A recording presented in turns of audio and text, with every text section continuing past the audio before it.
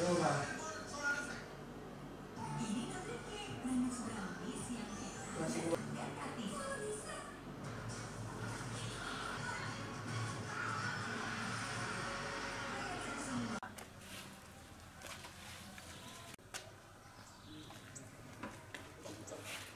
sudah sebutkan pasal 5 ayat 4 Permenaker nomor 6 tahun 2016 tentang THR.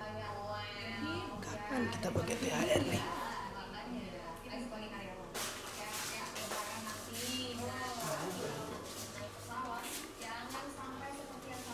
Lapor dan kira-kira sudah apa sih modus yang dilakukan?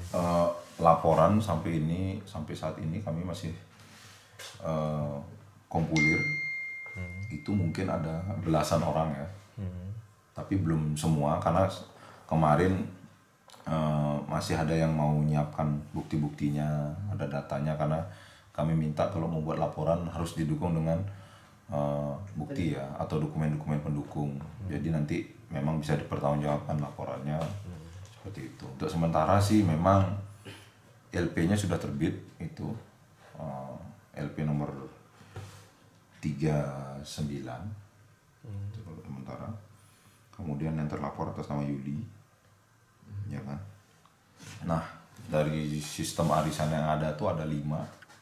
Pertama masalah arisan get duet, arisan barang ini banyak, bisa motor, mobil, HP, emas. Kemudian ada arisan liburan, arisan goncang biasa. Nah, kemudian ada arisan list panjang.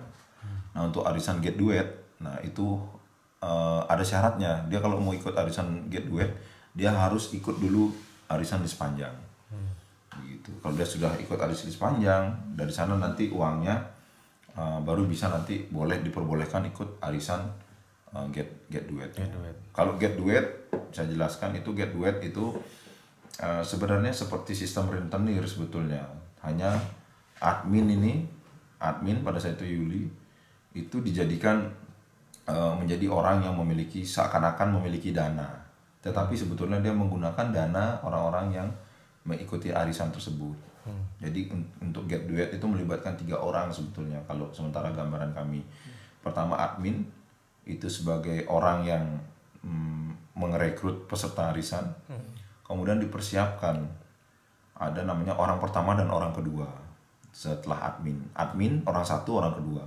Orang satu itu adalah orang-orang yang dijadikan peminjam modal, tetapi dengan syarat ada ketentuan, seperti contoh sanggup mengembalikan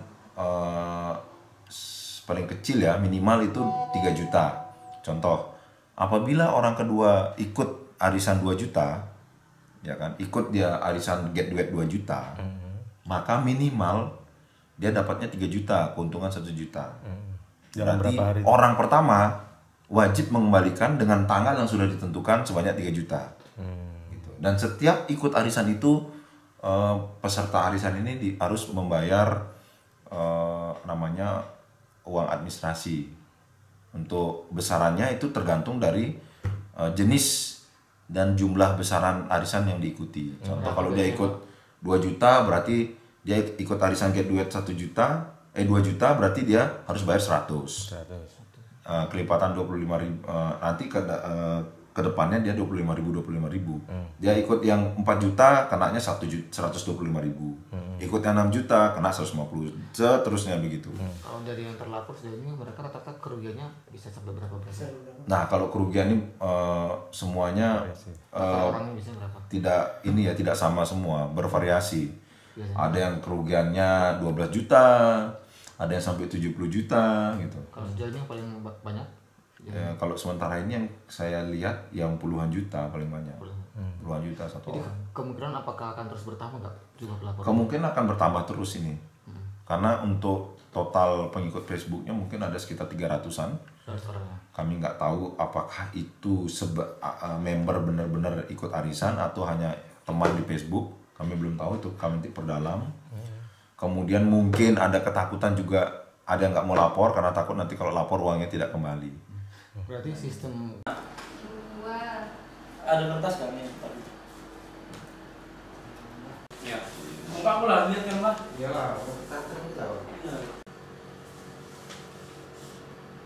Bu ini kanan. Mungkin benar.